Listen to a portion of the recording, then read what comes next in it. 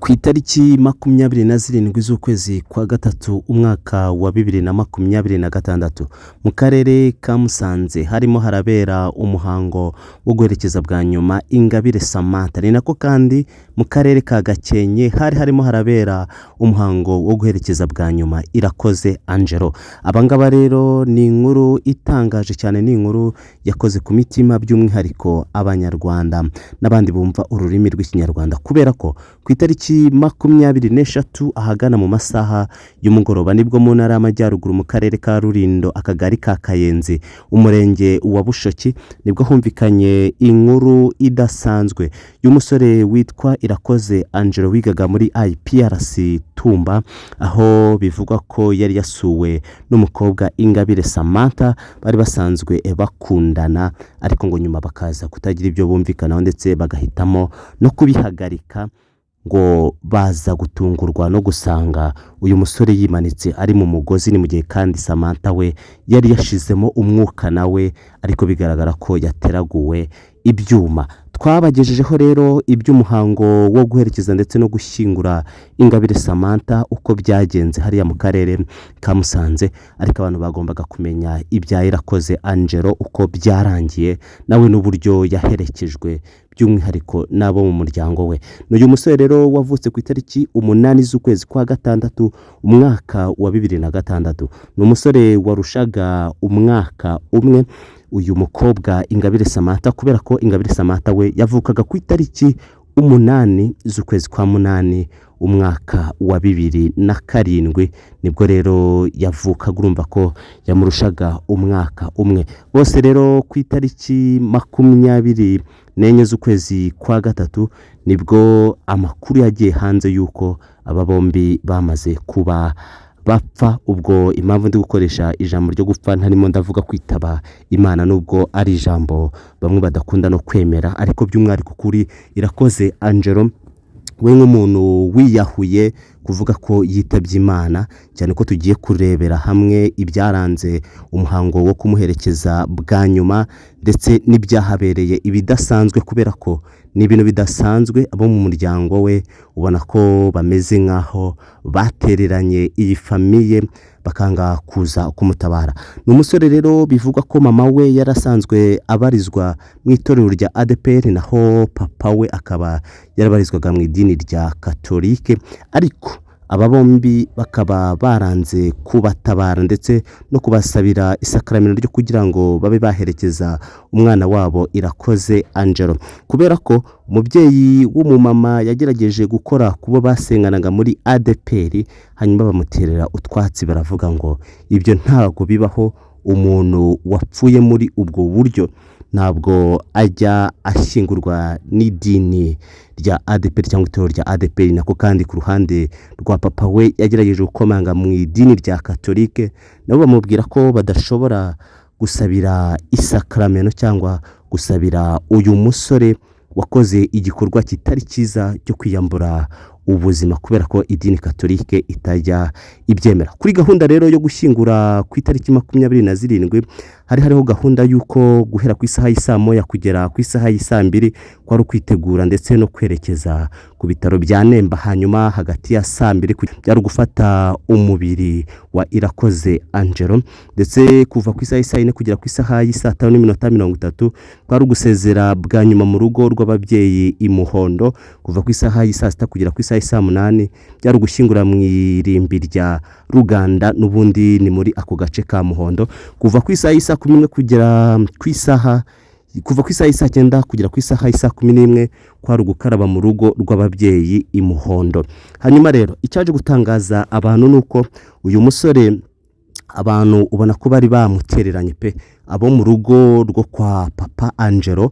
Uyu musaza mwe murabona afite ifoto, niwe mubyeyi wa Irakoze Angelo, kubera ko yabonye ko ibintu bitoroshye, aravuga ati imirimo yose ngomba kuyikorera, ni njyewe ugomba kuba uherekeza umwana wanjye, nubwo yakoze ibikorwa bitari byiza kubera ko yiyambuye ubuzima, ariko ngomba kumuherekeza.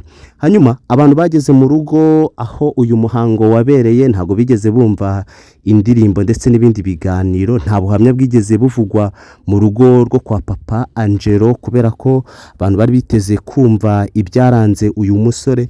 Nta jambo niri na rimwe ryigeze rivugirwayo, nta mateka, ntabyo yakoze, nta masomo yize. Mu by'ukuri ubona ko ni ibintu bisa nkaho byabaye mu buryo bwa bucece.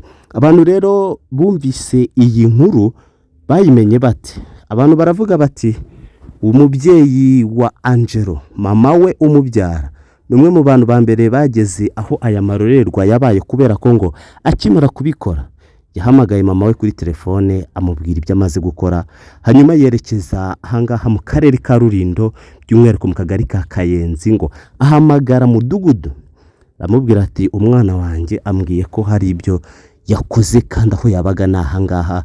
Hanyuma ngo mudugudu ategeka yuko bica urugi kugira ngo binjire, basanga uwo mwana w'umukobwa aryamye hasi kandi yateraguwe ibyuma, umusore we ari mu mugozi yamaze kuba ashiramo umwuka. Hanyuma rero abantu baribajije bati ese ubundi uyu mukobwa yageze ahangaha ate? Kubera ko barimo baravuga bati nta by'urukundo byari biri hagati yabo, yaba yarageze ahangaha ate Ingabire Samantha? Abantu bakurikiranye ubuhamya bw'ejo, n'ubundi ibiganiro hano ku Nkumburwa Plus TV biriho by'uburyo batangamo ubuhamya uko uyu mukobwa yaba yarageze aha. Hari abavuze ko yaba yarashimuswe, ariko uyu musore kubera ko yigaga ibijyanye na computer science ndetse akaba ari n'umuhanga cyane mu bijyanye n'ikoranabuhanga, uyu mukobwa Ingabire Samantha yavuye mu rugo avuga ko agiye kwerekeza muri stage, ariko yari afite ikibazo cya machine computer ye, yari ifite ikibazo mu bijyanye n'ama software.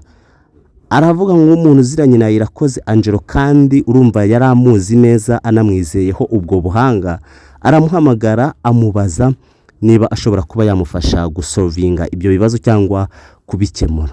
Undi nawe aramwemerera, aramubwira ati ugomba kuza ahangaha nkagukemura ibyo bibazo bya mashini, hanyuma ukajya gukora stage mashini yawe imeze neza.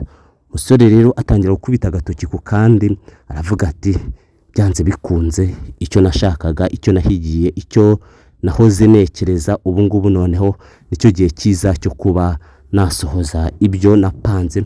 Hanyuma umusore aramwitegura neza cyane, hanyuma ahitamo kumugirira nabi gutya. Hari amakuru rero avuga ko ababyeyi bareze uyu mukobwa Ingabire Samantha, ubwo ndabita ababyeyi be kubera ko mama we yapfuye n'ubundi ku itariki 23 z'ukwezi kwa gatatu umwaka wa 2016, ariko aza gusigarana na nyirasenge waje kumurera, ndetse mu gihe cy'ubukuru bwe nyirasenge aza gusanga umugabo we muri Canada. Hari amakuru avuga ko uyu musore Irakoze Angelo yanditse ubutumwa bwandikira akaba nyirasenge wa Ingabire Samantha, hanyuma aramwandikira aramubwira ngo ni njyewe wa musore wigeze kukubwira ko nakundanye na Ingabire Samantha, ariko Samantha akaza kunyanga. Atuburiho nagira ngo mbabwire ko uyu munsi ari wo munsi wo kugira ngo nice umukobwa wanyu. Papa agira ngo ni ibintu byo gutebya, ntabwo biri buze kuba. Nyuma ngo mu masaha make cyane rwose, mu gihe cy'iminota mike, ngo yahise amwohereza ifoto yamaze kuba abirangiza. Uyu musore rero bigaragara ko ari ibintu yari yateguye. Ngo hari umwana w'umukobwa witwa Fifi, niwe muntu wari uzi aho uyu musore aba, hanyuma ngo ni nawe yaramwandikira aramubwira ngo ubu noneho bya bintu ngo Satani arankoresheje, none maze kubisoza. Bakiri muri ibyo ngibyo rero barahamagara baranamubaza bati ese umurambo wabuherereye he? Umusore arabanza arajijisha avuga ko umurambo uherereye i Remera mu mujyi wa Kigali. Niko gufata imodoka bava i Musanze berekeza i Kigali kugira ngo baze bashakisha umurambo, byibuze bashyingure mu cyubahiro Ingabire Samantha, nyuma ibindi babikurikirane nyuma. Ariko uwo musore kwari ukujijisha kugira ngo nawe aze kuba yashizemo umwuka. Barara ijoro ryose ryo kuwa 24 z'ukwa gatatu bashakisha, burinda bucya ntacyo babonye. Nyuma nibwo baje kumenya amakuru yuko uyu musore yamuhitanye, ndetse bagwiriye hamwe muri ghetto iherereye hariya n'ubundi mu karere ka Rulindo mu kagari ka Kayenzi, umurenge wa Bushoki. nubwo atari ibintu byoroshye, reka dukurikirane umuhango wose wo gushyingura Angelo uko wagenze. Nta jambo ryigeze rivugirwa muri uyu muhango, nta n'ikintu kidasanzwe kigeze kihabera, kubera ko nababwiye ko yaba imihango yo kumuherekeza nta dini nta torero ryemeye kuba rimuherekeza, ndetse nta buhamya bwigeze buvugwa bw'ibigwi yaba yaragezeho. Icyo wamenya ni uko apfuye ari umusore, ari ingaragu, nta mwana agira. Ni nako kandi Ingabire Samantha nawe yapfuye nta mwana, nawe yarakiri ingaragu. Umwe yarafite imyaka 19, undi yarafite imyaka 18. Ni inkuru yabaye ikimenywa na bose. Angani ku nkombo rwa Plus TV, je nitwa Dhani MSC.